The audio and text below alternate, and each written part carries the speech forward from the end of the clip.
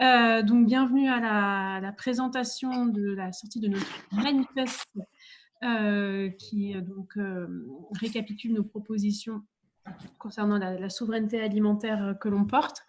Cette conférence est donc donnée par Christiane Lambert, présidente de la FNSEA, et Jérôme Despé, secrétaire général adjoint. Il y aura, donc c'est comme une conférence de presse classique, hein, il y a un temps de questions-réponses qui sera dédié à la fin de la conférence. Soit vous pouvez les poser au fur et à mesure de la conférence dans l'onglet « Converser » à l'écrit, et Christiane et Jérôme les liront à la fin. Soit sinon, vous pourrez prendre la parole, bien évidemment, à la fin de leur exposé pour poser votre question en direct. Voilà, je m'assurerai en tout cas que toutes les questions qui sont posées à l'écrit auront bien une réponse. Voilà, je vous invite à donc éteindre vos micros, ce sera plus agréable pour tout le monde. Et puis, on peut commencer. Ah oui, juste précision, on va diffuser aussi donc, des petites slides, on a un petit PowerPoint pour accompagner les propos donc, de Christiane et Jérôme. Donc, vous les verrez par intermittence entre le PowerPoint et eux. Voilà. Merci beaucoup, Marion. Alors, j'ai bien allumé mon micro. C'est bon? Tout le monde m'entend? Oui, Marion, c'est bon le son? Oui, c'est bon, c'est bon. Et la vidéo, vous l'avez aussi ou pas? Non. Alors, attends. Oui, c'est bon. Pardon. Merci beaucoup. Bonjour à toutes et à tous. J'espère que votre confinement se poursuit dans de bonnes conditions, que vous avez la santé. C'est l'essentiel, a-t-on l'habitude de dire, ça n'a jamais été aussi vrai. Nous sommes heureux de vous retrouver une nouvelle fois, cette fois-ci avec Jérôme Despé. Je me réjouis que nous soyons deux. Cette conférence de presse est importante. Pourquoi? Parce qu'après 5 semaines de confinement, 6e, nous avons travaillé beaucoup pour gérer les urgences de cette crise. Et nous avons aussi travaillé pour réfléchir à l'avenir et penser le monde d'après. Beaucoup d'initiatives aujourd'hui pour penser le monde d'après. Il était logique que la FNSEA, représentant les agriculteurs, ayant animé beaucoup de débats, notamment sur l'importance de la chaîne alimentaire, de l'écosystème agricole, puisse prendre voix dans ce grand débat qui s'ouvre. Nous avons vu que l'agriculture, l'alimentation et la protection de l'environnement font partie des grandes priorités pour les Français. Ça nous intéresse et nous voulons donc donner notre avis dans ce grand débat. Avec le bureau, mais aussi le conseil d'administration de la FNSEA, en relation régulière et en visio, nous avons construit un plan stratégique, une plateforme de propositions pour l'après, et c'est ce que nous voulons vous présenter aujourd'hui, notre manifeste pour une souveraineté alimentaire solidaire. Alors, je vous dirai le détail pour chaque mot tout à l'heure. Mais d'abord, peut-être revenir sur le fait que ce confinement, cette crise et toutes les péripéties de cette crise a permis de remettre un certain nombre de priorités au centre. Se soigner, se nourrir, travailler. Se soigner, oui c'est vrai, et les personnels de santé ont été au rendez-vous. Il y a eu des failles côté masque, côté respirateur, côté médicaments, mais les personnels de santé ont fait des choses extraordinaires pour compenser le manque d'un certain nombre d'autres moyens. Et nous les applaudissons nous aussi, peut-être pas tous les soirs, mais nous saluons leur engagement fort. Et ça a été aussi l'occasion de remettre au centre une autre priorité qu'est l'alimentation. Les Français mangent 3 fois par jour, c'est la tradition française. 3 fois par jour, il y a un agriculteur dans notre assiette ou le produit d'un agriculteur dans notre assiette. Les Français ont eu plus de temps pour regarder leur alimentation, pour s'intéresser à ce que nous produisons et aussi pour peut-être se rapprocher des problématiques des agriculteurs. Et nous le disons avec fierté aujourd'hui, l'agriculture française a vraiment été au rendez-vous et elle a démontré aux yeux de tous son efficacité, sa réactivité, sa capacité à s'adapter en temps réel au gré des changements de consommation des consommateurs. Et il faut dire que quand 20 millions de personnes se retrouvent confinées, obligées de consommer à domicile et non plus en restauration, évidemment que cela a beaucoup changé les modes de consommation. Nous avons assisté avant Covid à une période c'était la phase écureuil. Je fais des réserves pour l'hiver, je fais des réserves pour la période de confinement. Il y a eu beaucoup de stocks qui ont été constitué plutôt de produits secs, des pâtes, du riz, de la farine, des plats préparés, pour justement remplir ces placards et ne manquer de rien. L'alimentation plaisir n'a pas été négligée puisque la consommation de glace a explosé, ainsi que celle de gâteaux apéritifs. Ça fait partie aussi des petites originalités. Il y a eu aussi des changements liés à des décisions. L'arrêt de la restauration hors domicile, l'arrêt des marchés, ce qui a ramené plus de population et de consommateurs vers la grande distribution, qui a absorbé beaucoup plus, 70 voire plus, 75% des achats habituels faits par les Français. Et nous avons aussi vu une volonté de consommer sans contact, d'acheter sans contact. Donc le succès des click and collect, le succès des drives, avec des pourcentages de fréquentation extrêmement importants, plus 65%, et même des drives fermiers. Jérôme Despé en est un peu le spécialiste pour l'avoir mis en œuvre parmi les premiers dans sa chambre d'agriculture de l'Hérault. Les magasins de proximité aussi qui ont eu la cote, se déplacer moins. Et puis des achats aussi bizarres, c'est-à-dire qu'on délaisse son boulanger et on achète du pain industriel en paquet plastique. Ça, c'est l'alimentation hygiénisée à laquelle certains ont eu recours parce que la peur guidait l'achat.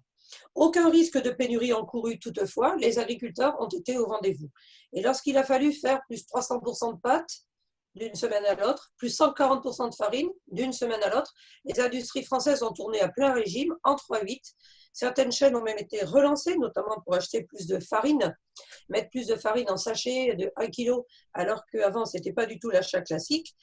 Tout le monde a été au rendez-vous. Et là, je veux saluer vraiment à la fois les agriculteurs, bien sûr, qui ont été au rendez-vous, tous les salariés de la chaîne alimentaire, dans les abattoirs, dans les industries, dans la fabrication d'emballages, mais aussi tout l'écosystème, notre amont, qui nous a fourni aliments, engrais, fertiles, phyto, les transporteurs, les chauffeurs-livreurs, les mécaniciens, bref, toute cette chaîne alimentaire qui fait aussi la richesse de l'agriculture française, puis qui fait plein d'emplois dans les territoires.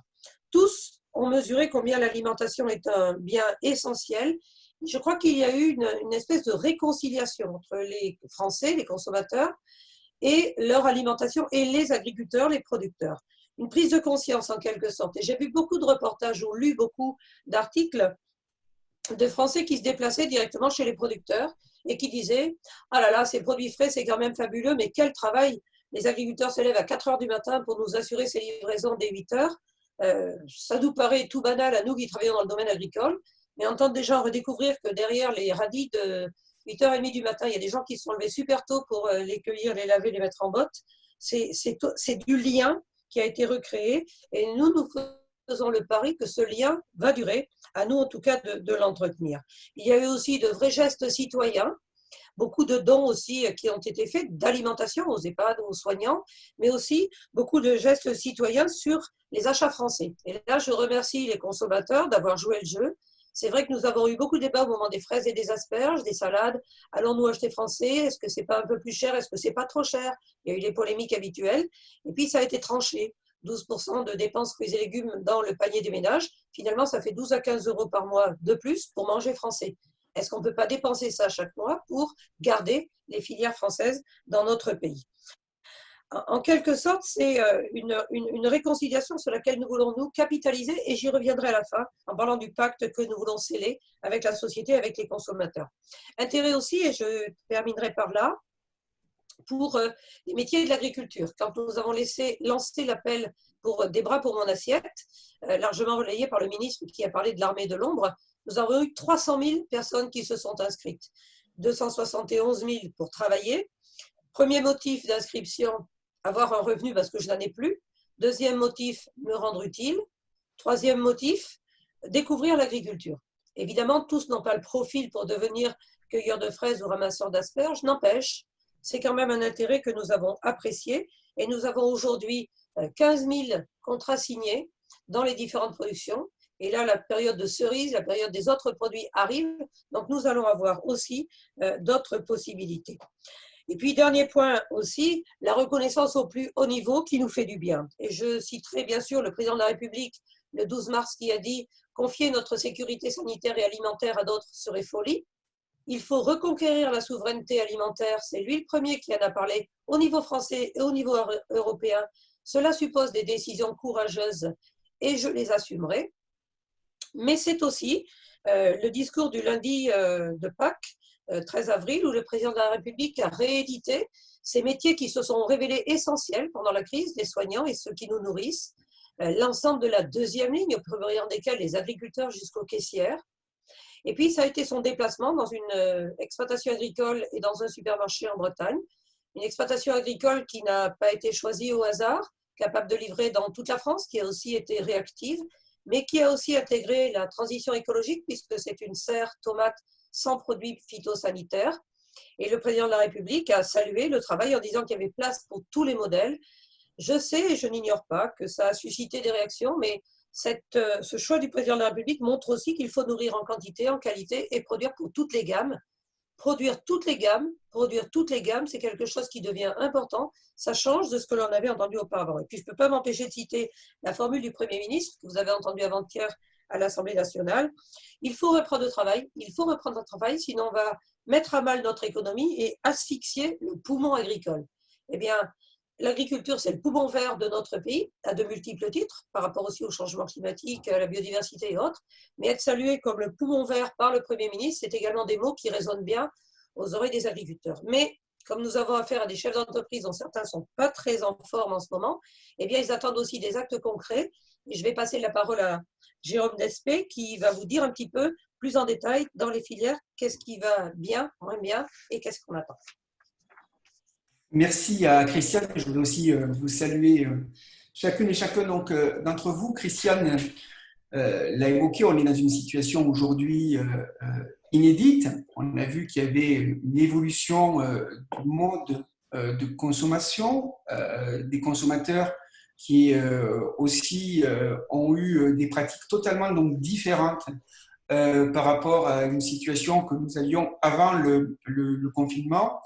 C'est pour ces raisons-là que nous sommes fortement donc mobilisés pour avoir ce contact avec les consommateurs dans cet approvisionnement local sur l'origine France et l'action que nous avons menée auprès de la grande distribution pour permettre à ces producteurs de pouvoir permettre de proposer l'ensemble donc de leur production et surtout dire aux consommateurs l'importance d'acheter en proximité et avec l'origine France. C'est ce qui a d'ailleurs bien marché dans le secteur des fruits et légumes avec l'asperge et la fraise. Ça a été le combat que nous avons mené sur l'agneau, sur les chevreaux, ce qu'on mène sur le fromage, ce qu'on est en train de mener sur le veau donc en ce moment, puisque les consommateurs ne se retournent pas vers la viande donc, de veau qu'on retrouve plus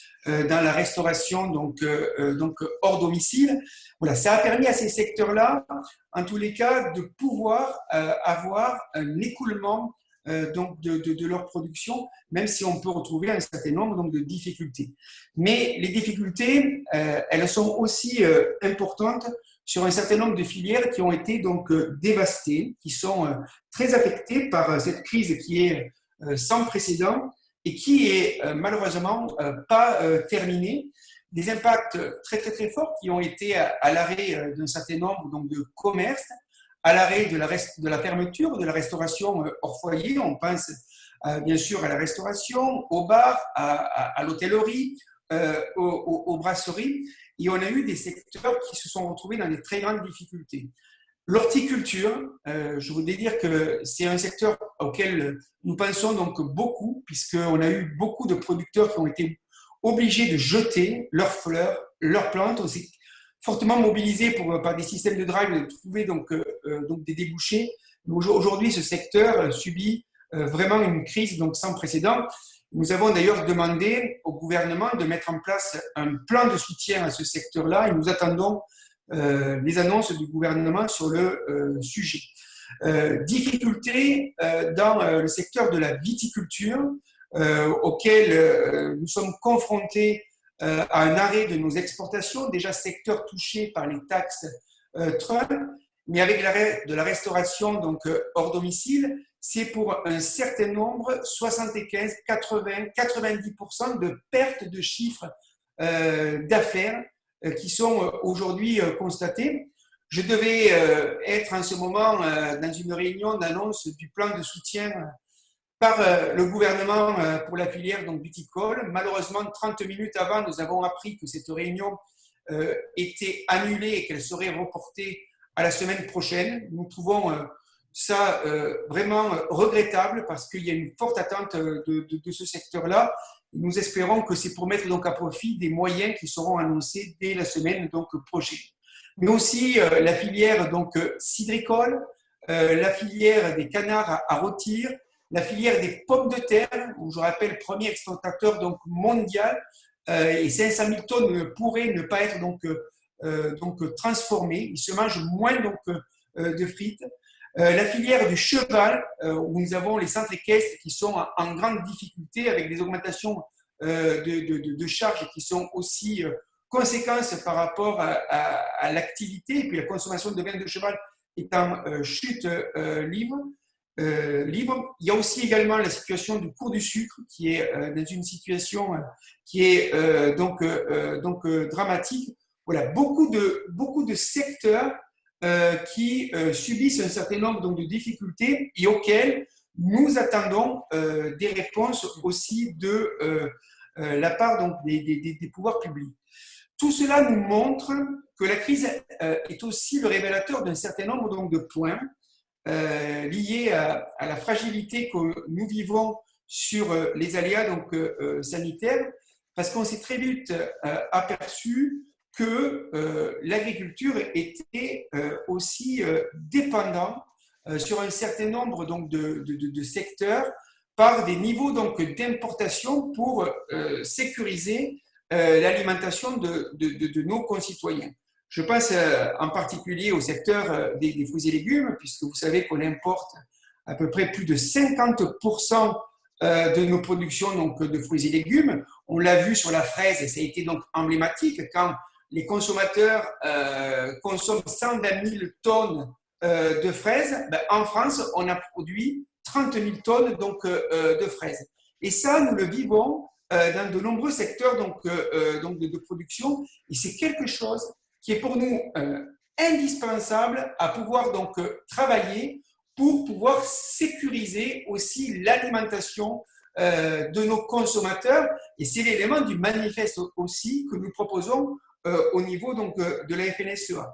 Besoin aussi de sécurisation, et ça a été un élément important dans la dépendance liée à l'emploi. Christiane l'a évoqué au moment où on attaquait les récoltes dans le secteur des fruits et légumes au mois de mars avec l'asperge, la fraise. On s'est vu qu'on était très dépendant de saisonniers étrangers. C'est pour ça qu'on a mis en place cette plateforme des bras pour ton assiette, qui a eu un succès débordant par un certain nombre de bras de personnes qui étaient en inactivité, qui ont voulu donner ce coup de main au niveau donc, de l'agriculture. Il y a aujourd'hui 15 000 contrats qui ont été et relations qui ont été donc faites avec les employeurs donc, de main-d'œuvre, mais on voit que ce n'est pas facile. On voit que ce n'est pas facile parce que il y a des difficultés dans les recrutements. C'est aussi difficile de pouvoir donc récolter et beaucoup de demandeurs donc d'emploi abandonnent donc les postes. Et c'est pour ça qu'en complémentarité, nous souhaitons au niveau de la FNSEA que le gouvernement puisse permettre, et au moment où le déconfinement va commencer, parce qu'on va avoir des récoltes de melons, les fruits et noyaux qui vont arriver, d'avoir des bras donc supplémentaires en lien avec de la main-d'œuvre donc saisonnière de l'Union européenne qui doivent venir compléter le dispositif des bras pour ton assiette. Voilà des éléments de changement auxquels on doit tirer des enseignements pour l'avenir, puisqu'il y a ce que nous avons vécu au niveau du déconfinement qui a mis en lumière c'est un certain nombre d'éléments liés à notre indépendance donc, alimentaire, au sujet lié au niveau donc, au rôle et au lien avec le consommateur sur cet approvisionnement donc, local, sur les produits d'origine donc France que nous allons pouvoir aussi travailler et développer dans le manifeste que nous vous proposons. Merci beaucoup. Merci beaucoup, Jérôme, pour ces précisions et ces éléments très concrets. Alors, Je participe en ce moment, et comme depuis le début, à beaucoup de réunions autour de Bruno Le Maire, Muriel Pénicaud, des différents ministres pour voir comment faire face à la crise. Et tous les débats du moment consistent à parler du déconfinement. Comment déconfiner? Je dois vous dire que quand j'assiste à ces réunions, je suis plutôt auditeur que personne qui pose des questions, tant l'agriculture n'a pas eu à vivre ce confinement. Nous avons été confinés socialement, certes, chez nous, mais nous avons continué à travailler et l'agriculture a vraiment continué à travailler. Nous avons fait le constat qu'il fallait activer pour satisfaire, fait le constat aussi d'un certain nombre de faiblesses et difficultés. Jérôme les a soulevées, mais nous avons eu aussi la confirmation d'un certain nombre de choses. Plusieurs éléments. D'abord, lorsqu'on voit le PAM, le Programme pour l'alimentation mondiale, ou la FAO, dire que le nombre de personnes qui vont souffrir de la faim va être multiplié par 5 dans les 2 mois qui viennent, quand on voit des pays où la chaîne alimentaire est déjà rompue, quand on voit les États-Unis qui aujourd'hui ont une grande partie de leurs 24 500 salariés qui travaillent dans les abattoirs qui sont arrêtés, et donc des porcs qui sont euthanasiés faute d'être abattus, donc des chaînes qui sont rompues, donc aussi des cochons qui sont bradés. Quand on voit un certain nombre de pays qui ont des vraies ruptures dans leur chaîne d'approvisionnement, on se dit que finalement, la France doit absolument se reconcentrer pour garder ce qu'il reste de son agriculture, des beaux restes certes, mais ne pas minimiser les faiblesses que nous dénonçons depuis pas mal de temps.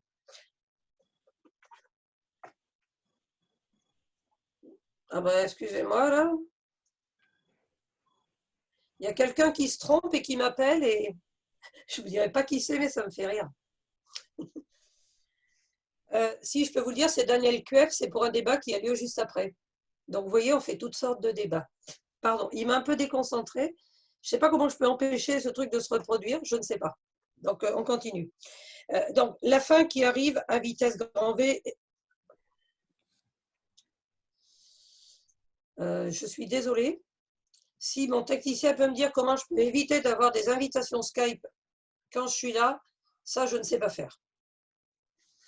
Ça, vous l'entendez, vous, ou pas? Ou il n'y a que moi qui l'entends? Non, non, Christiane. Bon, alors tant mieux, vous ne l'entendez pas. Donc je On continue. n'entend pas. Hein, alors je vais continuer comme tu si de peux rien n'était. on te voit, c'est bon. D'accord. Et je vais mettre refusé chaque fois que ça se reproduit. La faim va vraiment être un souci. Et nous avons depuis très longtemps tiré la sonnette d'alarme pour dire attention, la souveraineté alimentaire à l'échelle de l'Europe, ce n'est pas un gadget, c'est très important. La PAC, rappelons-nous, elle a été faite pour ça à l'origine. Donc, nous savons que les politiques publiques telles qu'elles ont été construites avaient pour objectif de produire en quantité, qualité, diversité, de transformer pour pouvoir stocker et donc pour pouvoir satisfaire la demande alimentaire tant en période normale, hors crise, qu'en période de crise. Et si j'ai fait le lien avec les personnes qui souffrent de la faim, ben c'est qu'est-ce qui est envoyé aujourd'hui à ces populations qui, soit parce qu'elles sont malades, soit parce qu'elles sont déplacées, soit parce qu'il n'y a plus rien dans les magasins, souffrent, eh bien ce sont des doses de lait déshydratées, des biscuits, du pain déshydratés également, c'est-à-dire des produits d'industrie agroalimentaire qui sont stockés grâce aux programmes qui sont mis en œuvre. La politique agricole, c'est tout ça. C'est maintenir la production, réguler, transformer, stocker et veiller à ce qu'il y ait une surveillance régulière des quantités produites et des quantités disponibles.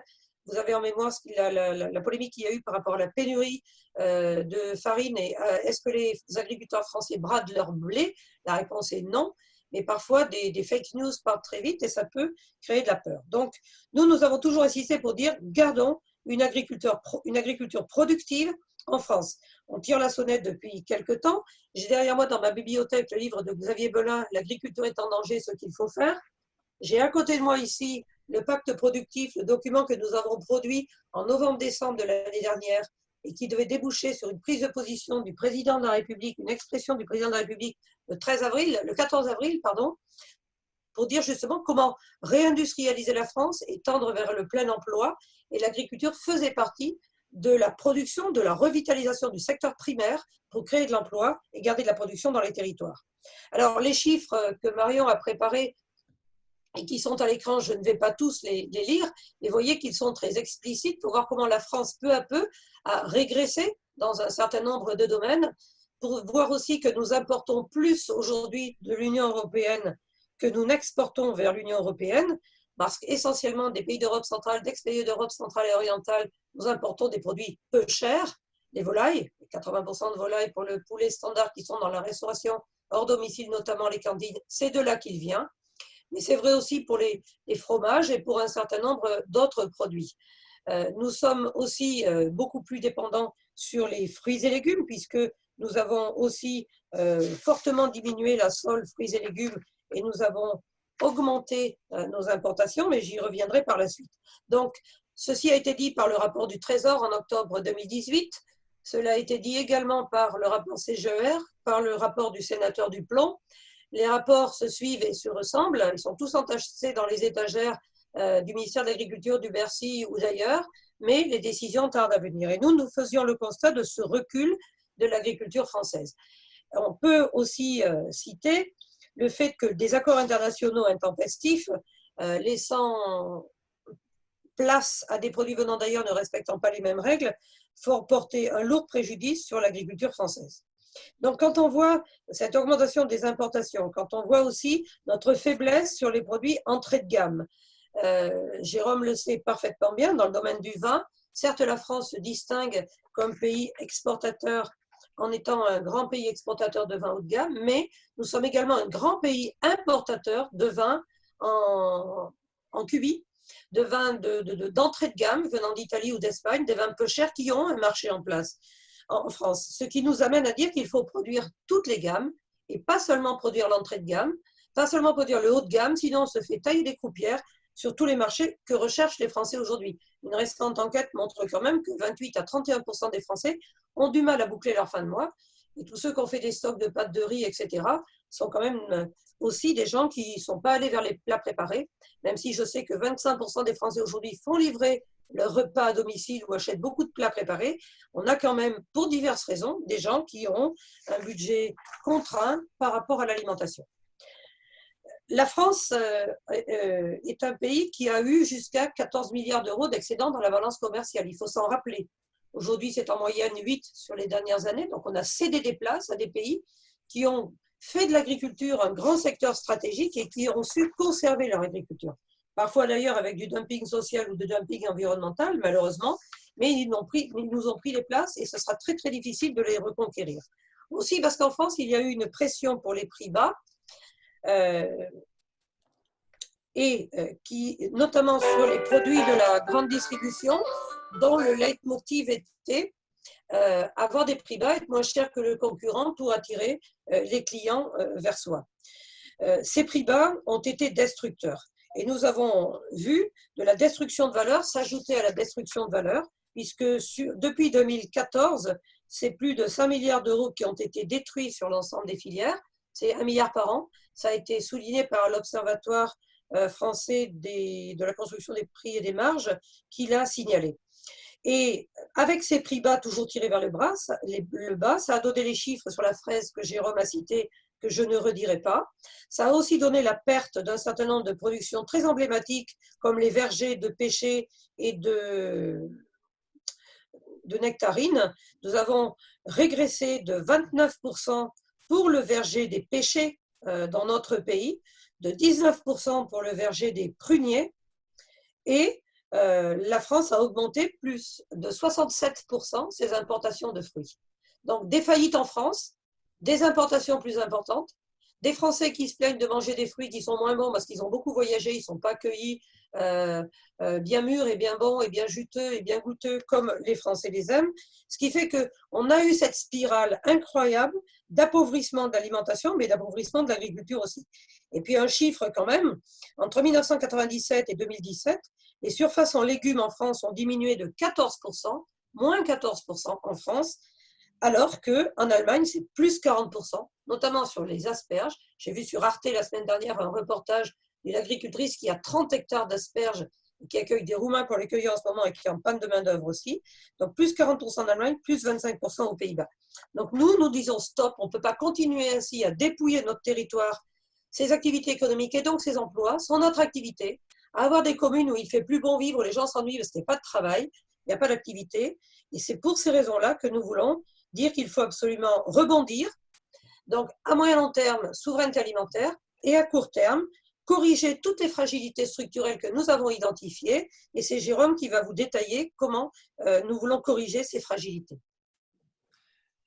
Merci Christiane. Oui, donc corriger ces fragilités structurelles, Christiane l'a évoqué, dans notre capacité de production depuis de nombreuses années où nous nous apercevons que nous perdons des potentiels de production dans de nombreux secteurs de filières de production par rapport à nos concurrents européens et au niveau mondial. On voit qu'on a un tissu économique qui est vraiment très fragmenté. Quand on prend les surfaces agricoles utiles, quand on voit que la moyenne de nos surfaces agricoles utiles sur la sol céréalière est inférieure à 125 hectares en France par rapport à l'Allemagne où c'est 246 hectares. Ces éléments-là nous interpellent, comme lorsqu'on est, à titre de comparaison, quand on voit les exportations qui nous viennent d'Ukraine. Je rappelle que c'est le quatrième plus gros exportateur de produits bio vers l'Union européenne à 70% des céréales, sont issus de systèmes de production de taille moyenne qui sont à peu près à 1950 hectares.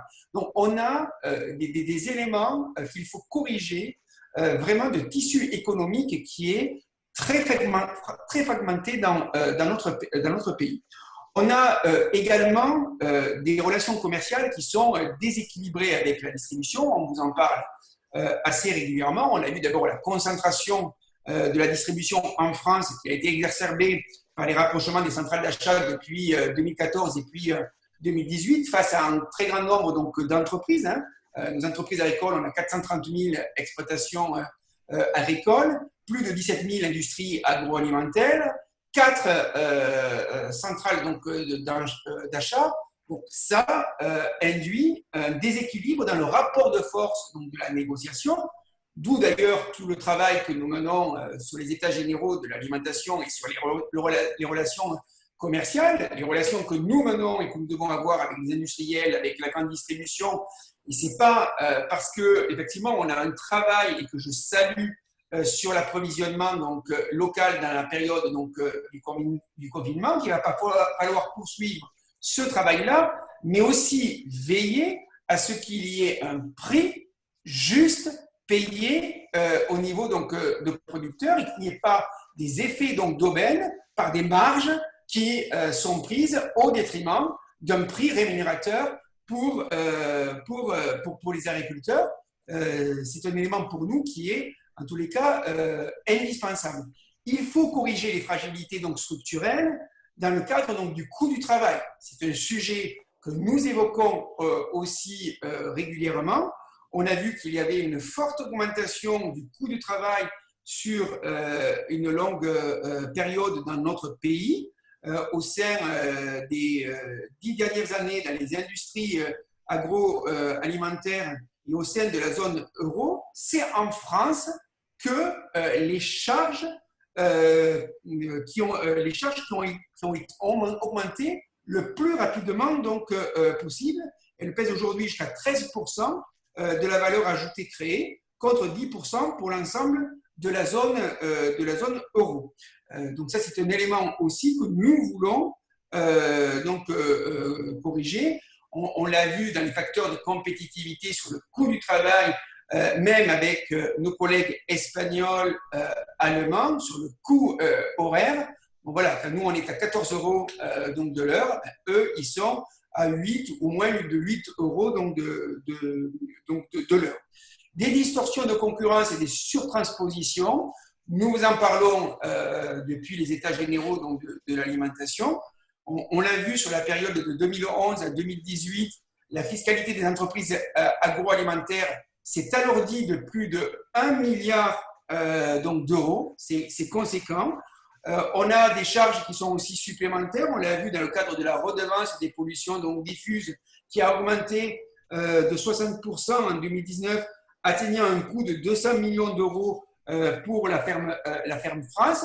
Voilà, c'est dans les éléments de compétitivité, lorsqu'on parle aussi de travail avec l'Union européenne dans cette souveraineté alimentaire, c'est de pouvoir gommer des freins à cette compétitivité qui sont par des moyens donc, de production qui sont affaiblis, amoindris, des coûts de travail qui sont pour nous supplémentaires à des collègues donc, producteurs et des distorsions et des surtranspositions qui pèsent sur les revenus de nos agriculteurs. Et puis dans les facteurs aussi de production, on le voit parce qu'on en parle aussi en ce moment dans cette période donc, de confinement en lien avec les aléas climatiques où nous souhaitons avoir plus de résilience.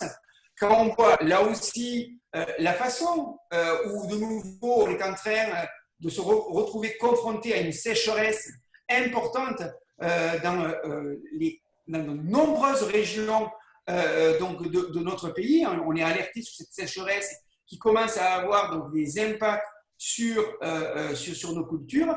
Quand on voit que la surface irriguée en France représente moins de 6% de la SAU et qu'on est au 9e rang au niveau de l'Union européenne, loin derrière donc, le Danemark qui est le 3e, les Pays-Bas 4e, ça nous pose aussi des questions sur les modes donc, de production pour permettre d'avoir donc, des réponses pour affronter les évolutions donc climatiques. Et quand on voit que la France ne stocke que 4,7% de ses ressources renouvelables, quand l'Espagne, qui en dispose de presque 2 fois moins, en stocke 48%, c'est aussi des éléments de frein à des éléments de production et à des éléments auxquels nous sommes confrontés dans les fragilités que nous devons corriger sur un plan donc, structurel. Merci beaucoup, Jérôme. Voilà, tirer les enseignements de cette crise, tirer aussi les enseignements de ce qui se passe ailleurs, mieux ou moins bien, et rebondir au moment où chacun s'attache à regarder quel pourrait être le monde d'après, mettant en avant un certain nombre de propositions, dont certaines nous conviennent, d'autres non. C'est vrai que le secteur de la santé et le secteur de l'agriculture sont aujourd'hui mis en avant, propulsés au devant, et il est de notre rôle de faire des propositions. Alors nous avons lu aussi que beaucoup d'interprétations se font jour sur le pourquoi, sur le fait que le Covid serait transporté par telle et telle chose, etc. Dieu merci, des scientifiques démentent point après point, fake news après fake news, un certain nombre que nous lisons. Bernard Valla, l'ancien président de l'OIE, aujourd'hui président honoraire, a démonté l'idée selon laquelle ce serait l'élevage intensif qui serait responsable du Covid, enfin en tout cas pas l'élevage intensif en France, peut-être l'élevage intensif ou la destruction de biodiversité. Même le patron de Michelin a dit ce matin, c'est la destruction de la biodiversité qui est responsable du Covid. Alors je veux bien qu'il ait plein de qualités industrielles, ce monsieur, mais franchement, la diminution de la biodiversité en Chine qui détruit tout, dans certains pays où tout est détruit, ça n'a rien à voir avec l'agriculture européenne. J'en ai échangé récemment avec Emmanuel Faber, qui lui est un grand défenseur de la biodiversité et qui regrette cette confusion et ces accusations parfois un petit peu rapides et trop faciles. Et donc, tirer enseignement de ce qui s'est passé, fixer un cap, un objectif, c'est ce que nous avons fait hier avec le CAF et les 7 organisations, et nous avons pour notre part construit un manifeste qui décline les grandes orientations autour des 3 grands défis que nous avons identifiés. Donc un défi démographique d'abord parce qu'on sait que nous avons un enjeu démographique important puisque plus de la moitié des agriculteurs va partir en retraite en moins de 10 ans. Et ça se prépare. Si on ne veut pas qu'il y ait des trous dans la raquette ou qu'il y ait des grands blancs dans certaines régions, et si on veut donner envie à des jeunes de venir, il y a de très bons reportages en ce moment sur les jeunes en agriculture et c'est tant mieux. Le deuxième enjeu, c'est de conforter, structurer et développer pour relocaliser certaines filières. Nous avions perdu certaines filières, mais il faut peu de choses pour qu'elles puissent redémarrer et ainsi permettre à l'agriculture française de mieux répondre. Quand, par exemple, je vais le citer, puisque au lieu de faire du name and shame, on va faire du name and nommer et féliciter. Dominique Schelcher dit qu'il achètera l'année prochaine à ceux qui ont honoré leur contrat de fraises françaises cette année, les volumes de cette année et au tarif de cette année. Eh bien, ça, c'est des enseignements vertueux de ce qui s'est passé, tout comme quand il décide de payer le jour J, le jour de la livraison, les entreprises qui ont moins de 50 millions d'euros de chiffre d'affaires. Certains distributeurs commencent à intégrer un certain nombre de raisonnements d'achat français, plus que par le passé, plus que d'autres, et ça, nous saurons le dire. Et puis, le dernier point, c'est le fait que reconquérir cette capacité productive, nous voulons l'inscrire dans le cadre d'une croissance durable. Nous voyons bien que la protection de la santé, la protection de l'environnement et la préservation de la sécurité alimentaire sont les principales préoccupations des Français aujourd'hui, tout comme boucler leur fin de mois et leur aspiration à mieux connaître leur alimentation. Et nous savons, nous, que nous devons dialoguer plus et expliquer mieux. C'est la raison pour laquelle nous proposons un pacte avec la société et l'État. Et rappelez-vous la phrase qu'a dit le président de la FDSEA, Jean-Alain Ivanac, quand le président de la République s'est rendu dans la serre tomate du Finistère. Monsieur le Président, nous sommes prêts à relever le défi de la sécurité alimentaire et nous le ferons encore plus si nous avons le soutien de la nation. Donc il y a vraiment une volonté de dire que l'agriculture est la solution dans beaucoup de domaines. La solution dans le domaine de l'alimentation, on l'a prouvé, en une situation très difficile. La solution en termes d'emploi, la solution en termes de lutte contre le changement climatique, c'était l'objet de notre rapport d'orientation qu'on n'a malheureusement pas pu présenter en mars, mais nous le présenterons en septembre. La solution en termes de reconquête de biodiversité. Et nous ne nions pas les sujets sur lesquels nous avons des points noirs ou des progrès à faire, mais quand même reconnaissons que le secteur de l'agriculture française brille plutôt par sa réponse à un certain nombre d'enjeux sociétaux, mieux que d'autres pays dont on découvre aujourd'hui les pratiques. Alors nous avons construit ce manifeste autour de 4 axes et nous voulons parler d'une souveraineté alimentaire qui soit d'abord une souveraineté ouverte, une souveraineté responsable et une souveraineté européenne. Une souveraineté ouverte, pourquoi ? On voit aujourd'hui que certains préconisent le repli. Produire pour nous la souveraineté alimentaire de la France, notre souveraineté alimentaire. Ça, c'est une vision quand même un peu étriquée des choses. Nous savons qu'il y a certains produits que nous consommons que nous ne pourrons jamais produire et qu'on a besoin d'importer. Les ananas, les oranges, les fruits exotiques, le café, le thé, le chocolat, les protéines, même si en matière de protéines, le plan protéines sur la table du ministre doit permettre d'améliorer notre performance. La France est autonome à 55% en protéines. Les autres pays ne sont autonomes qu'à 30%. Ça veut dire que là, on a mieux travaillé que les autres, mais on veut faire encore mieux. Ça évitera de la déforestation ailleurs et des critiques. Donc, les marchés resteront. Il y a eu une très bonne tribune d'un certain nombre de députés européens récemment qui disent c'est pas la fin de la mondialisation, mais il faut penser la mondialisation autrement. Et penser qu'on pourrait se nourrir en allant chercher aux 4 coins de la planète a vécu, produire et relocaliser la production en France et en Europe est quelque chose d'extrêmement important. Donc, dimension européenne, oui, bien sûr, et la PAC est l'outil qui permettra de le faire. Responsable, parce que nous le ferons dans le cadre du respect de la planète et de l'environnement.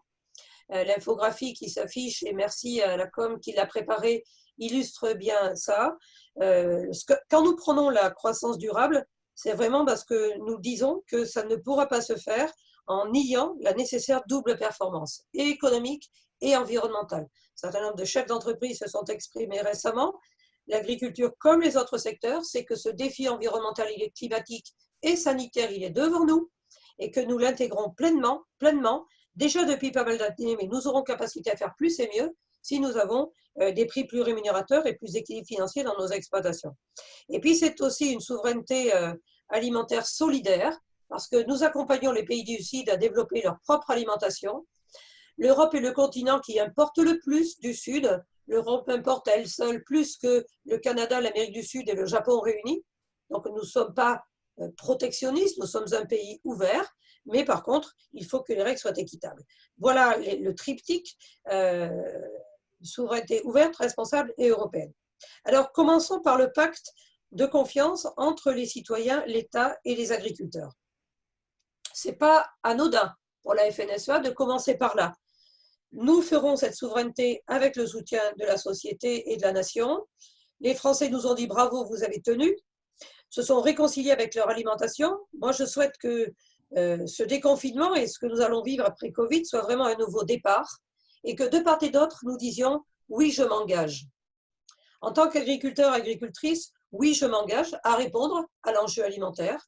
Bien sûr, continuer toujours, sanitaire, irréprochabilité, satisfaction du consommateur, produire pour tous les consommateurs, tous les moments de consommation et produire toutes les gammes, mais je m'engage aussi à une meilleure prise en compte des problématiques environnementales, biodiversité, qualité de l'eau, bref, tout notre environnement. Et nous allons être plus bavards sur ces sujets pour dire vraiment tout ce que nous faisons, surtout sur le changement climatique qui change quand même la donne pour produire et continuer à produire. Mais en contrepartie de cet engagement, nous souhaitons que l'État s'engage aussi à nos côtés et aux côtés des consommateurs. L'étiquetage de l'alimentation permettra aux consommateurs de comprendre et de connaître ce qu'ils consomment. La pleine application des États généraux de l'alimentation permettra aux agriculteurs de vivre de leur métier et ainsi de pouvoir être encore plus dans des démarches de transition et de durabilité. Et l'État qui parle de transition doit aussi l'accompagner dans le temps. Il faut des moyens, il faut parfois 10 ans pour changer un système de production. L'État doit être au rendez-vous aussi par rapport à ça. L'État aussi pour réorienter les politiques publiques, deuxième axe de notre manifeste. Bien sûr, en valorisant l'acte de production sur le territoire. La pleine application des États généraux de l'alimentation, je rappelle que les EGA sont nés quand même du constat qu'on perdait 1 milliard d'euros par an. Donc ces États généraux, ils sont tout neufs, ils n'ont pas encore beaucoup servi. Et donc, il faut utiliser tous les outils. C'est un petit peu le rappel à l'ordre qu'a fait le ministre de l'Agriculture hier en disant construction des prix en marche avant. Ça veut dire que les producteurs de viande bovine doivent pouvoir eux aussi vivre de leur travail. Et si c'est plus de steak haché qui est vendu et moins d'autres choses, il faut revoir la valorisation du steak haché pour qu'il y ait la rentabilité pour les éleveurs. Mais c'est aussi donner à l'agriculture française une vraie capacité à s'inscrire dans le plan de relance qui va être proposé. L'agriculture est un grand secteur stratégique, plan d'alimentation, mais aussi au plan de l'économie, des emplois, la vitalité des territoires. Et nous voulons donc que les mots compétitivité et résilience, qui sont les maîtres mots pour le pacte de relance de l'économie française, on l'a entendu à propos d'Air France, on l'a entendu à propos de beaucoup d'autres secteurs, ça puisse être aussi appliqué aux exploitations agricoles qui produisent pour des segments de marché à fort ou à faible niveau de valeur ajoutée. L'État doit aussi accompagner la reconstruction dans des filières dans les territoires. Nous savons qu'un certain nombre d'outils sont désuets, qu'il s'agisse des fabriques d'aliments, des lieux de stockage, des abattoirs, d'un certain nombre d'industries, mais aussi d'exploitation agricole. Pour intégrer pleinement la transition écologique, le bien-être animal, il faut parfois reconstruire, aménager, moderniser ces bâtiments. Et nous le ferons d'autant mieux que nous serons accompagnés. Responsabiliser le consommateur par l'étiquetage et éviter de faire rentrer des produits venant d'ailleurs qui ne respectent pas les mêmes règles. Et enfin, nous permettre aussi de diversifier les sources de revenus avec des filières longues, notamment sur les questions de l'énergie, de la bioéconomie, bioplastique, chimie verte, sujets sur lesquels l'agriculture est vraiment un atout. Si on arrive à redynamiser l'agriculture et les industries agroalimentaires et tout l'écosystème agricole, ça permettra d'arrêter l'exode des emplois et des personnes qui quittent la campagne pour aller vers la ville, même si on a vu l'inverse aujourd'hui, les gens sont allés confiner à la campagne. Et cet affaiblissement des territoires, on sait aussi qu'il y a la source du malaise qu'on a vu dans les Gilets jaunes, ou un certain nombre de votes extrêmes qui révèlent un certain mal-être des personnes. Alors bien sûr, il faut pour cela avoir des moyens suffisants et suffisamment ambitieux. C'est le budget de la politique agricole commune. J'ai écouté récemment une conférence de M. Stéphane Séjourné, député européen, chef de file des LREM, le parti de la majorité, en disant que si cette crise du coronavirus avait attesté de quelque chose au niveau européen, c'était bien de la pertinence des outils de la politique agricole commune et du fait que l'Europe, contrairement à d'autres, avait tenu. Ce n'est pas le cas de la Chine, ce n'est pas le cas des États-Unis qui se tirent la bourre aujourd'hui et ça suscite beaucoup d'inquiétudes et de dangers pour nous. Affirmer que la politique agricole commune est la politique qui a permis d'avoir cette souveraineté et de tenir dans les différents pays en Europe majoritairement et en plus de produire pour faire l'aide alimentaire. Alors, la transition est toute faite pour dire qu'on ne raisonne pas cet enjeu stratégique au plan hexagonal pur. Ce n'est pas une souveraineté franco-française que circuit court et on se replie sur nous. Nous avons un vrai objectif à partager avec nos dirigeants français et européens. Nous avons déjà des contacts avec différents ministères. Nous savons que Matignon va organiser des réunions de travail fin mai et nous serons prêts. Voilà pourquoi nous avons travaillé pour être prêts maintenant. Et dire que la souveraineté alimentaire, c'est aussi se donner les moyens d'avoir plus de résilience face aux crises. Jérôme l'a un peu détaillé avec l'irrigation, l'assurance récolte, la modernité, l'efficacité, des marges de manœuvre dans nos exploitations. C'est aussi plus d'emplois, qualifiés, non qualifiés, répartis sur le territoire. c'est aussi plus de dynamisme territorial, c'est contribuer aux équilibres alimentaires mondiaux parce qu'ils sont plus que jamais nécessaires, mais c'est aussi plus de stabilité politique internationale. Et la PAC a été le ciment de l'Union européenne au moment de sa construction.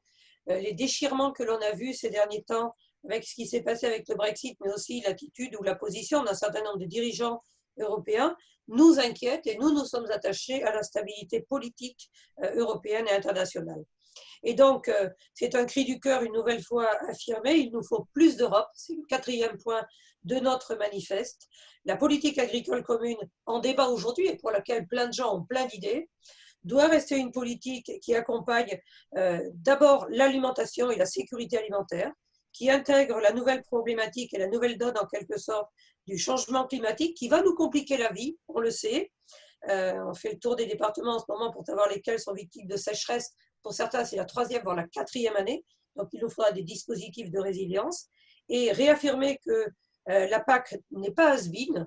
La PAC, ce n'est pas une vieille politique has-been. La PAC, elle n'est pas faite pour les 450 millions de consommateurs, pour les 3 millions d'agriculteurs, elle est faite pour les 450 millions de consommateurs qui, grâce à cette PAC, ont cette alimentation saine, sécurisée et ces territoires attractifs partout. Mais plus d'Europe, c'est aussi réduire en urgence les distorsions internes, distorsions de concurrence très nombreuses, en matière fiscale, sociale et environnementale. Et plus d'Europe, c'est aussi repenser le rôle des institutions, notamment pour la réactivité. Et on le voit en ce moment par rapport au dispositif d'accompagnement de crise que nous demandons. Quand le commissaire nous répond « pomper dans l'argent de la PAC, il y a suffisamment », ça n'est pas la bonne réponse. Nous savons que des crises comme celle-ci sont difficiles à surmonter et il faudra penser en même temps des dispositifs de gestion de crise de tous ordres à côté de la politique agricole commune. Voilà, c'est un vaste chantier, c'est un débat qui s'annonce très intéressant mais aussi très animé. Je peux vous dire que c'est un débat qui mobilise les agriculteurs parce que nous avons fait le travail avec notre conseil d'administration et nos départements confinés et nous avons eu énormément d'échanges et d'interactions. Et dire aussi qu'il n'est possible que s'il s'inscrit dans une véritable démarche de solidarité. Nous avons toujours soutenu que l'agriculture était une chance pour la France, beaucoup de Français l'ont mesuré aujourd'hui, une chance pour l'Europe aussi, et les circonstances l'ont démontré brutalement.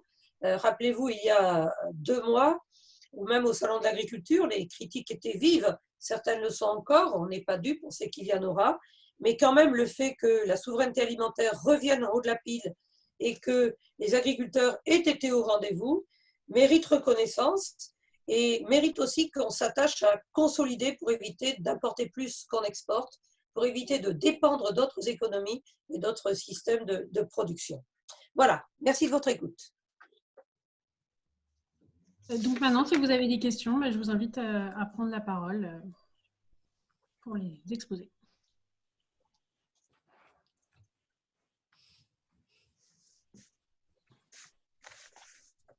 Et je crois que Jérôme, vous avez reçu une question en direct, donc si vous voulez y répondre également. Alors moi, je n'ai pas les questions, Marion, pourtant j'ai mis conversation. Ah non, c'est Jérôme qui a reçu une question en direct. Oui, j'ai reçu une question sur Valérie Noël de Contexte Agro qui souhaitait savoir si il nous avait été donné pour la présentation du plan de relance de la filière viticole une date pour la semaine prochaine. Bon, vous redire que vraiment, nous regrettons au niveau de la FNSEA avec la filière viticole d'avoir appris ce report vraiment à la dernière minute, puisque ça a été fait 30 minutes donc, avant que nous, bien sûr, allons faire savoir que ce n'est pas une situation en tous les cas normale, parce que ce plan a été annoncé par le ministre, d'ailleurs par votre intermédiaire, depuis déjà donc quelques jours, et qui est en attente forte dans ce secteur d'avoir des réponses un peu concrètes sur le plan de la filière viticole. Ce qui nous a été donc dit, c'est qu'une nouvelle réunion devrait être reprogrammée début de la semaine prochaine. On parle donc de lundi mais nous n'avons pas eu de confirmation au moment où je vous parle. Dans tous les cas, il faut très rapidement que le gouvernement s'engage, comme d'ailleurs dans d'autres secteurs de production. On ne peut pas passer ces semaines à attendre des annonces de plans et au dernier moment annuler les réunions. La situation est trop sérieuse avec de trop nombreuses difficultés. Donc nous souhaitons vraiment que cette réunion, si elle peut être mise à profit pour avoir des moyens complémentaires, ça sera donc un bon signal, mais en tout cas, il nous faut les réponses le plus rapidement possible. Et donc, je vous remercie pour la réponse, Monsieur Despé. Voilà. Merci.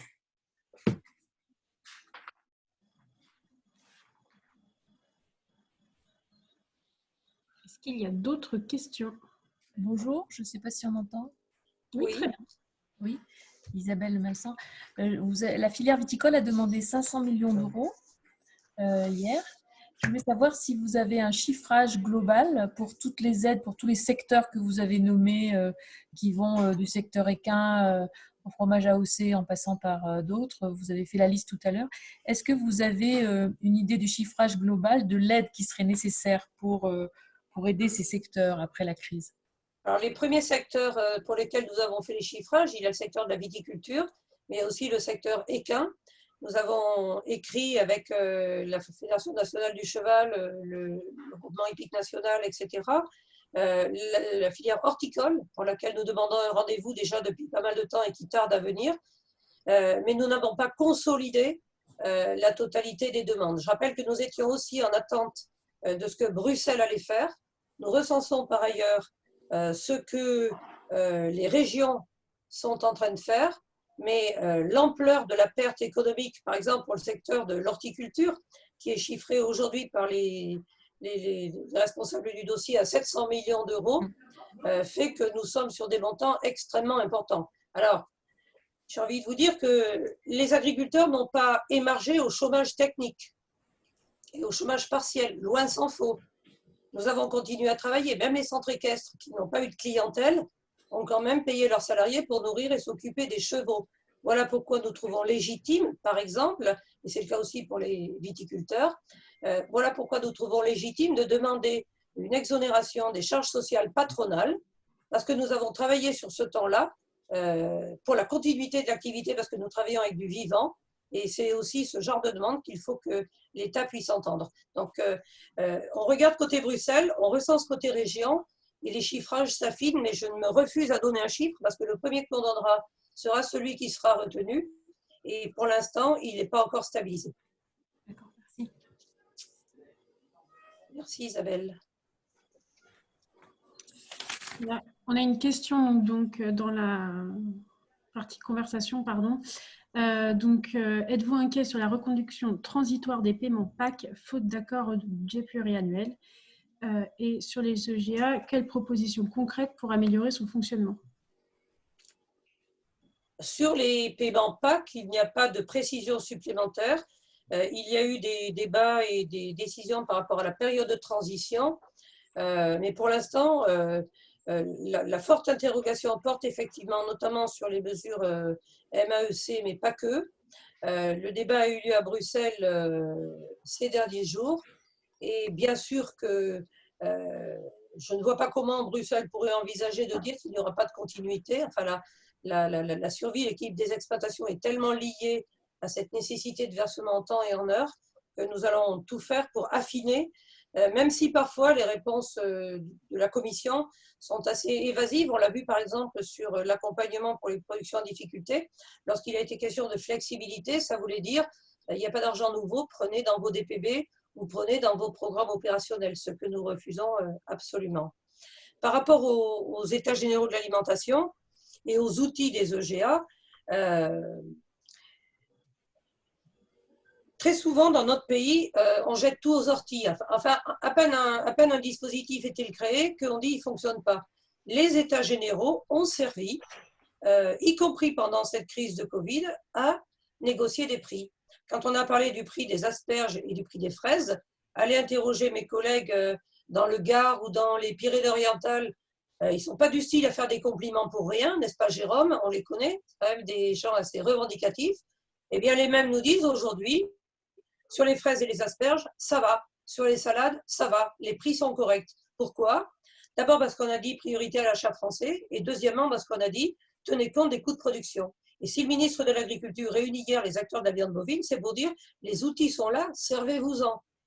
Dans de très nombreux domaines, pour la renégociation des prix de charcuterie dans le port, ce sont les outils des États généraux de l'alimentation qui ont servi.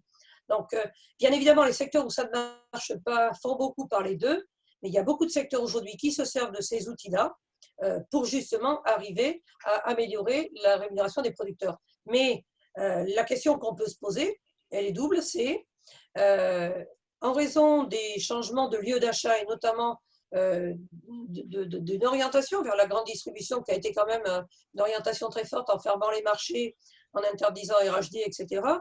Quel va être le comportement de la grande distribution après? Pour l'interrogation. Elle était sous surveillance de Bruno Le Maire 2 à 3 fois par semaine et je participais à toutes les réunions et le maître mot c'était pas d'inflation excessive mais que les producteurs français soient payés au juste prix sur les produits frais notamment. Et vous avez vu le résultat, il y a eu une augmentation de 0,01%, il y a eu une augmentation de 20,6% sur les fruits et légumes à l'achat, de 10% en moyenne pour les fruits et les légumes. Donc, je pense qu'il faut aussi regarder dans le détail et production par production, là où ça a marché, là où ça n'a pas marché, mais de toute façon, c'est l'outil auquel nous, on va se raccrocher. Et je peux même vous dire que les agriculteurs surveillent de très près. Et si vous regardez les réseaux sociaux, vous le voyez, quand un grand distributeur dérape, photo à la clé, poste, eh bien, on interpelle les distributeurs qui ne respectent pas la règle du jeu, qui soit font venir des asperges espagnoles à 2,50 € dans une région où il y a plein d'asperges, y compris une coopérative qui a sa laverie d'asperges juste à côté du magasin. Ça se passe dans l'Aude. Donc, évidemment qu'il va falloir aussi de la vigilance, mais ça, nous le savons. Par contre, on sait très bien qu'il y a eu des débats l'année dernière au moment de desserrer les taux pour les volailles festives, notamment par rapport à l'encadrement des promotions. Et il est bien évident qu'avec tous les produits que nous avons en stock aujourd'hui, il faut qu'on soit très regardant et qu'on soit très soucieux de faire les choses correctement. Oui, moi, j'ai une question. Christiane, si tu me permets, juste un élément, parce que je pense que c'est important qu'on le dise. Ce n'est pas parce qu'on était dans une situation qui est exceptionnelle, inédite, avec un changement donc, de consommation, avec des relations plus fortes, étroites avec la distribution, que ça doit être le prétexte de se passer des outils que nous avons eus dans le cadre des États généraux de l'alimentation, que ce soit sur les relations commerciales, sur l'encadrement des promotions pour lutter vis-à-vis du prix abusivement bas. On est en attention, en vigilance pour éviter qu'il y ait des situations d'opportunité qui se créent qui amèneraient à oublier ces états généraux donc de l'alimentation. Christiane l'a dit, les outils, ils sont en place. On a vu les difficultés dans les boxes de négociation. On voit des pressions ça et là sur des baisses de prix dans le secteur de la viande donc bovine. On l'a vu aussi un peu donc sur l'agneau, alors que il y a une situation donc de l'abattage qui est plutôt donc normalisée avec une gestion. C'est pas pour autant qu'il faut que ce soit le prétexte de faire baisser donc les prix. Donc on est attentif et vigilant et comme Christiane le dit, on a les remontées de notre réseau qui, lorsqu'ils voient des comportements donc abusifs, qui nous les fait donc remonter. Et c'est pas parce qu'on est en confinement, c'est pas parce qu'on se parle. J'ai jamais autant d'ailleurs parlé à mon écran d'ordinateur on n'est pas attentif sur un plan donc, syndical à démontrer ceux qui ne jouent pas dans le jeu. On est quand même aussi donc en veille et les états généraux pour nous de l'alimentation sont primordiaux et ils doivent être respectés. Oui, je pense qu'il y a quelque chose qu'il faut aussi rappeler. Il faut faire très attention à la présentation des chiffres. Moi, j'ai vu un article qui disait le caddie moyen a augmenté de 89%. Alors, c'est énorme, 89%. Et oui, mais 3 lignes plus loin, il a été écrit et le nombre de passages en caisse a diminué de 53%. Il faut tout dire. Il faut tout dire. C'est-à-dire qu'ils y vont 2 fois moins, mais ils augmentent plus 89%. Et ils ne dépensent plus rien du tout, ni pour le petit café croissant, ni pour le dessert, ni pour le fast-food, ni pour le restaurant, etc. Donc, le fait d'avoir concentré toute la dépense pour toute la famille à la maison fait qu'il y a eu un sentiment d'inflation de la dépense alimentaire. Mais les chiffres des différents panels qui sont sortis sur mars et sur avril sont très précieux quand on les analyse finement. Et la grande question que tout le monde se pose aussi, mais notamment tous ceux qui ont des commerces non alimentaires fermés, c'est qu'est-ce que les Français vont faire des 45 milliards d'euros qu'ils n'ont pas dépensés? Où vont-ils les dépenser? Pour l'interrogation. Et les régions commencent à faire des chèques vacances, des chèques loisirs. Ils pourraient aussi faire des chèques alimentation, hein, puisque l'alimentation, si 28 à 31% des Français ont du mal à boucler leur budget, et on a vu aussi qu'il a fallu beaucoup fournir d'aide alimentaire, c'est un sujet auquel Mme Dubosc s'intéresse beaucoup, je le sais, puisqu'on a prochainement des contacts à établir. On a vu aussi la fragilité pour l'accès à l'alimentation d'un certain nombre de personnes. Si les enfants ne mangent pas à la cantine, ils ne mangent pas correctement dans leur famille. Donc, je pense qu'il faut aussi qu'on redise ces choses-là. En tout cas, nous, il n'est pas question que ce soit les agriculteurs qui soient la variable d'ajustement du pouvoir d'achat des consommateurs une nouvelle fois. Et on saura le rappeler. Les agriculteurs ne sont pas devenus riches pendant ce confinement, ça se saurait. Les prix n'ont pas été au rendez-vous pour toutes les productions.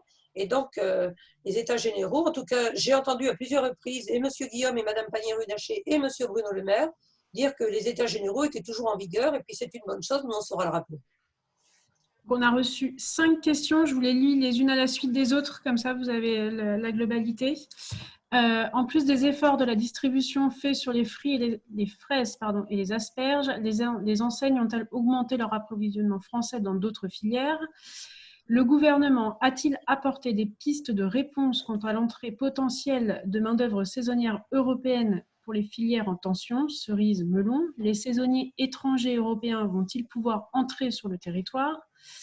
Vous avez fixé des axes concernant le manifeste, mais avez-vous fixé un calendrier pour atteindre les objectifs définis? Avant-dernière question, en pleine crise, l'Union européenne a annoncé un accord avec le Mexique. Quid des accords commerciaux dans le manifeste? Et la dernière que je vous dis tout de suite, pardonnez-moi, concernant l'utilisation de la réserve de crise européenne, est-ce que la FNSEA est pour ou contre? Sur les efforts des distributeurs, on a beaucoup travaillé au début parce que fraises et asperges n'étaient pas cueillies ou étaient jetées parce que acheter des fraises à 2,50 € pour les producteurs, ça ne matche pas, hein, donc ça n'a pas fonctionné.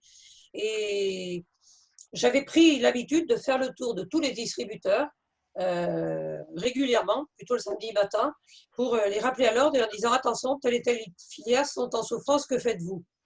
Et comme nous nous voyons aussi aux conférences de Bruno Le Maire, nous entendons aux conférences pilotées par Bruno Le Maire où M. Guillaume et Mme Runacher sont présents, ils savaient qu'ils étaient vraiment sous surveillance. Et donc, sur fraises, asperges et approvisionnement français, ils ont joué le jeu.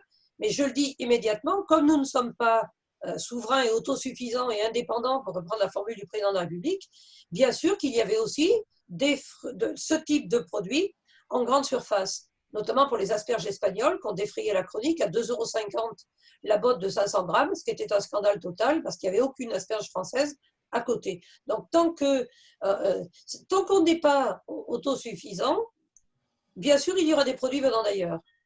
Il faut que les Français aient le choix, mais il faut que les distributeurs jouent le jeu de l'achat français. Et sur la fraise, à plusieurs reprises, ils m'ont questionné, on n'a plus de fraises, est-ce qu'on fait rentrer les Espagnols? La réponse a été non. Est-ce que c'est grave que les Français manquent de fraises? Point d'interrogation. Est-ce que pour faire rentrer 100 tonnes de fraises pour solutionner le problème pendant 3 jours, on va faire baisser les prix de 30% sur les fraises? Parce qu'on sait très bien qu'après, quand le courant commercial est créé, c'est extrêmement difficile de remonter les prix. Donc, c'est un tout cohérent. Quel est le prix des fraises en France pour que le producteur vive et qu'il paye correctement ses saisonniers? On commence à chercher et à réfléchir et à regarder. Et s'il faut 20 centimes sur le kilo de fraises pour que les producteurs gagnent leur vie et qu'ils puissent payer correctement leurs salariés, les Français mangent 750 grammes de fraises par an en moyenne.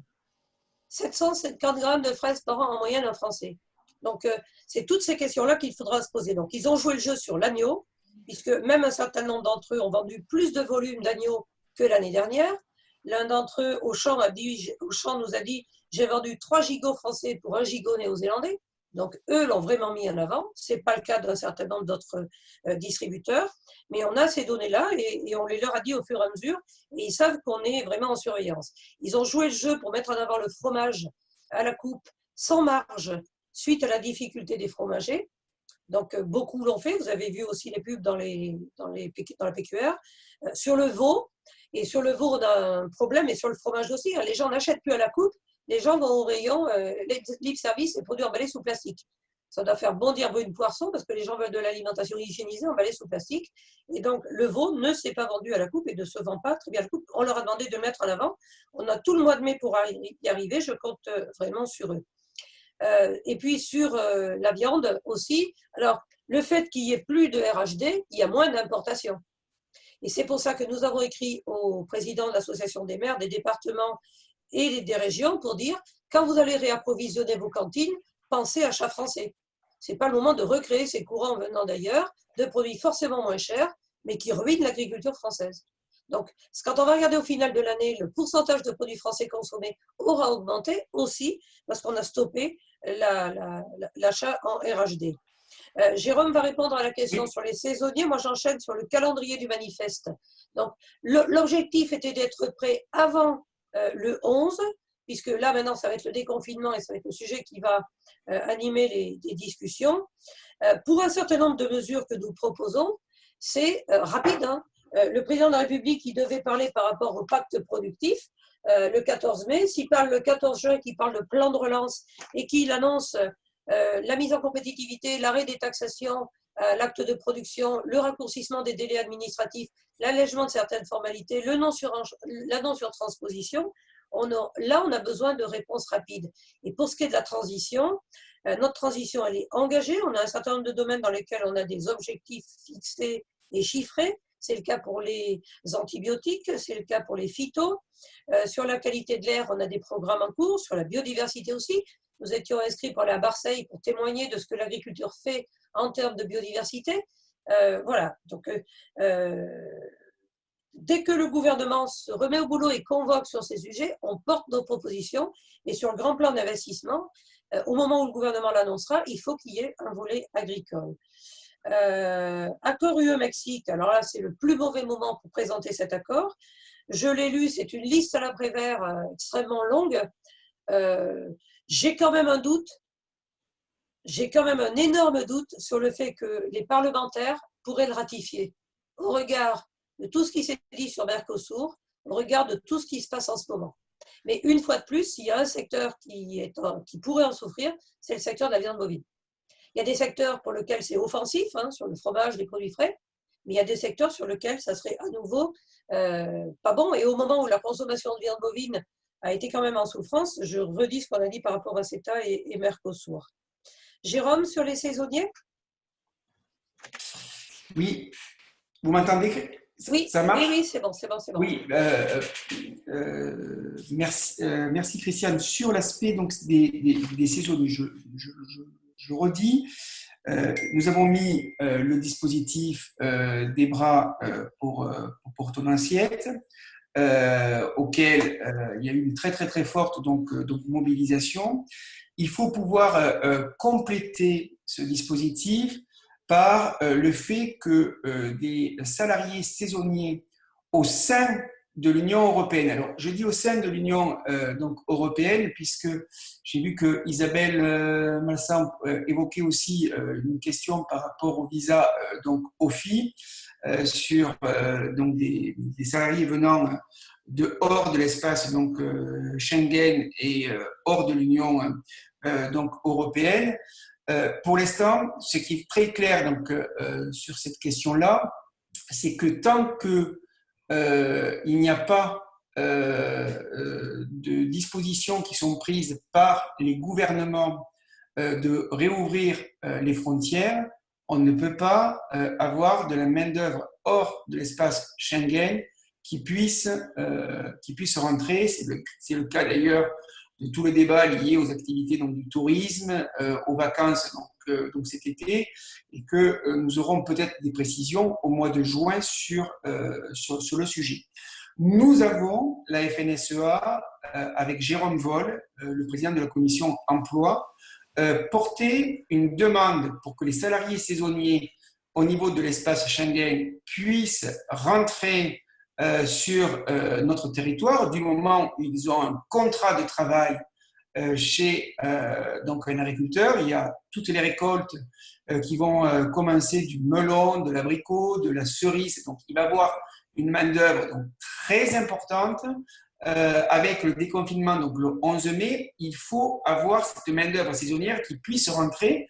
Nous demandons au gouvernement d'avoir une réponse précise sur le sujet. Ils nous ont demandé de travailler sur un protocole sanitaire d'accueil des salariés saisonniers sur nos exploitations. Nous avons bien sûr fait ce travail que nous allons d'ailleurs partager avec les organisations syndicales donc de salariés dès demain.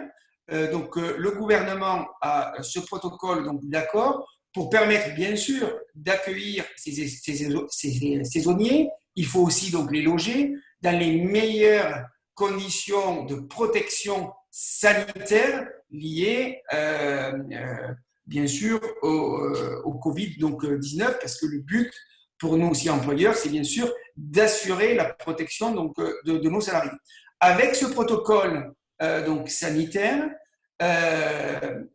nous espérons et nous attendons une réponse de la part donc, du gouvernement pour permettre à autoriser cette main-d'œuvre saisonnière de l'espace Schengen à venir prêter main forte sur les besoins de main-d'œuvre de nos agriculteurs.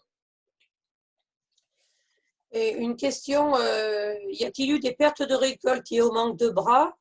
Non, il y a eu des pertes de récolte liées au manque de prix et d'autres agriculteurs qui ont fait le choix de ne pas embaucher parce qu'ils n'avaient pas le débouché. Et même dans mon département, des gens qui ont dit je ne replante plus de radis ou de salade, des trucs à croissance rapide, parce que pour l'instant, je n'ai pas les débouchés. Donc, c'est plutôt ça la réponse. Et par rapport à l'utilisation de la réserve de crise, ben, nous savons qu'on ne peut pas aujourd'hui se satisfaire de la réponse, pas de moyens supplémentaires pour soutenir l'agriculture. Donc, la réponse est oui. Voilà. J'ai une question pour M. Despé sur les saisonniers, si c'est possible. Oui, allez-y. Parce que votre demande de main-d'œuvre supplémentaire, elle intervient alors qu'il y a encore, si mes calculs sont bons, 285 000 personnes sur cette plateforme qui n'ont pas trouvé d'emploi. Donc, ça veut dire que c'est la fin de la plateforme Wizy et qu'elle ne sert plus à rien? Parce que pourquoi est-ce qu'il y a tous ces jeunes qui sortent de l'école et qui n'ont rien là? Pourquoi est-ce qu'ils ne vont pas ramasser les tomates, les asperges, enfin ce qu'il y a à ramasser quoi? Isabelle, vous m'entendez là?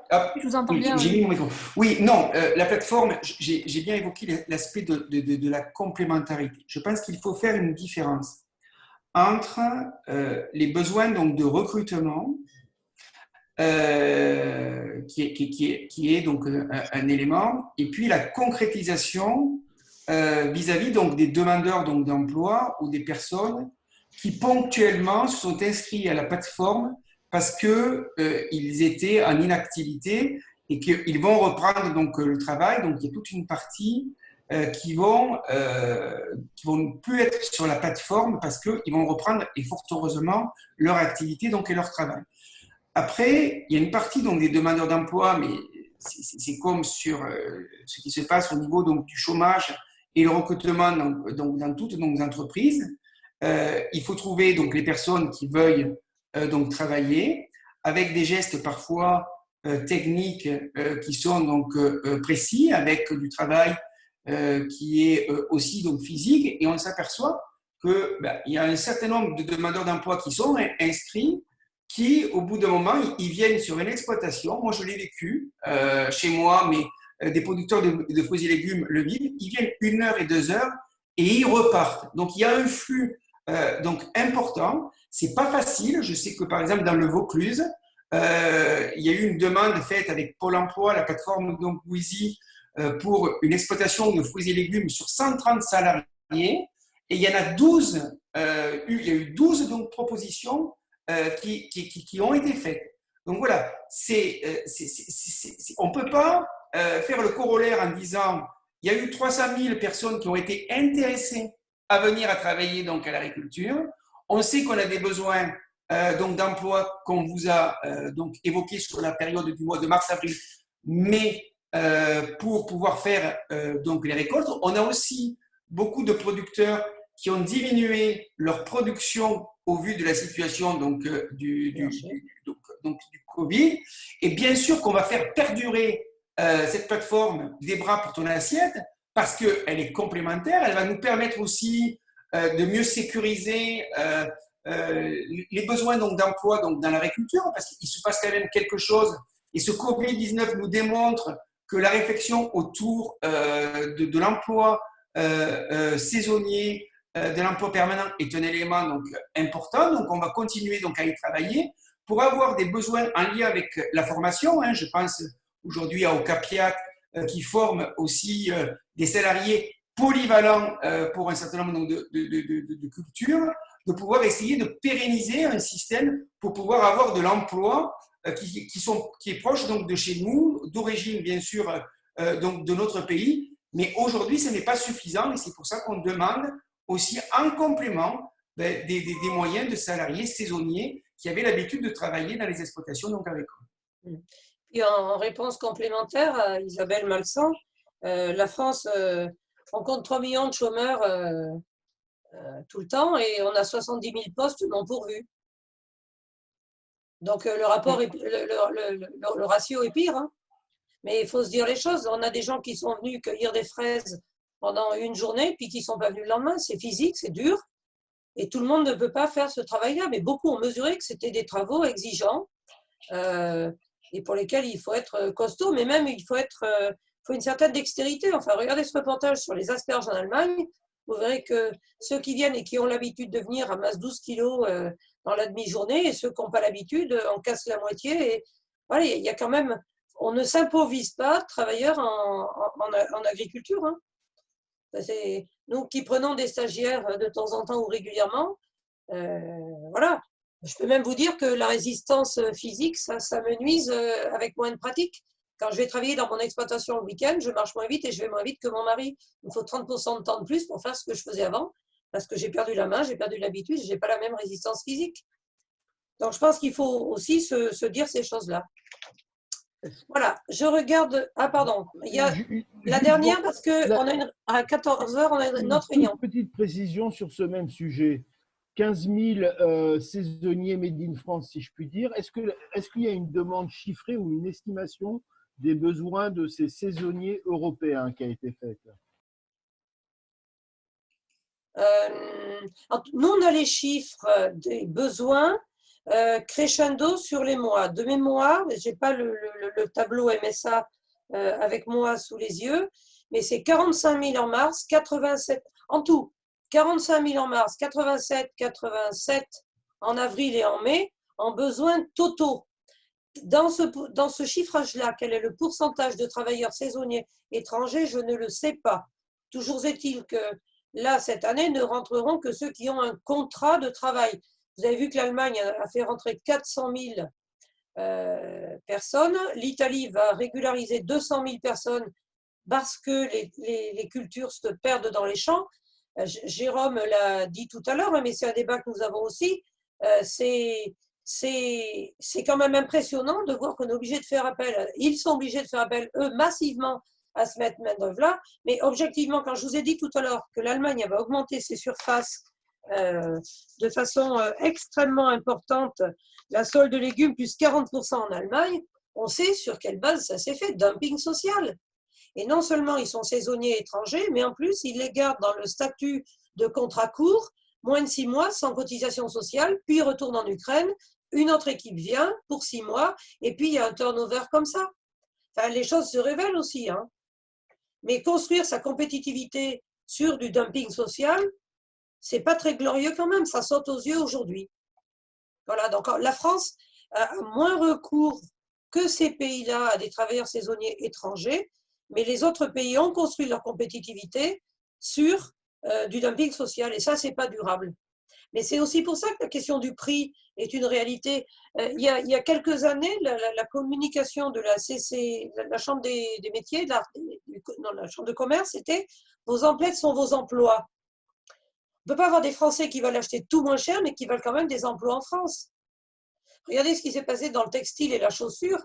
Tous les emplois sont partis parce qu'on a trouvé des textiles moins chers en Chine, au Vietnam, au Bangladesh. Tout le monde est habillé, on est tous habillés. Mais il n'y a plus d'industrie textile en France. Et les Français, tous les Français qui travaillent dans ce domaine-là ont perdu leur emploi et ont dû se recycler ou pas dans d'autres métiers. Je crois que ça amènera aussi des choix courageux et cohérents de la part de nos dirigeants, mais aussi d'un certain nombre de pratiques. Dire qu'on peut toujours manger moins cher et écraser les producteurs français, ça montre ses limites. Voilà. Écoutez, moi, je suis obligée de conclure parce qu'il est 14h et à 14h, je passe sur une réunion de travail interne à la FNSEA. En tout cas, je voulais vraiment vous remercier pour votre présence. Vous ne pouvez pas savoir comme il y a une vraie qualité d'image quand on vous voit à l'écran, donc ça fonctionne très, très bien. Là, je vois la mine réjouie d'Isabelle Malsan. Vous avez eu il y a quelques temps, vous me disiez que vous en avez un peu marre du confinement, mais là, ça va, vous voyez, je crois que vous y faites à peu près. Même si aller boire une bière en terrasse nous fera tous beaucoup de bien, je pense, ou un verre de rouge, pardon Jérôme. En tout cas, on a vécu des moments particuliers. On a eu aussi tous dans notre entourage des gens qui ont été plus touchés, plus affectés, qui ne nous l'ont pas dit. Parfois, on l'apprend un mois après. Mais je suis sûre que aussi humainement, il restera quelque chose de cette période. Et pour l'anecdote, je suis allée hier rejoindre mes collègues agriculteurs sur une aire d'autoroute pour distribuer des fromages d'Auvergne aux routiers, en lien avec Vinci. On a monté cette opération de solidarité Vinci FNSEA pour remercier les routiers d'avoir continué à travailler. Et c'est fou, comme quand on arrive vers eux, on a envie de leur serrer la main, de les embrasser. Les gestes sont impulsifs, et on est obligé de s'arrêter. Non, non, non, on n'a pas le droit. Donc, j'espère qu'on se reverra quand même physiquement très vite. Merci à tous. Merci à vous.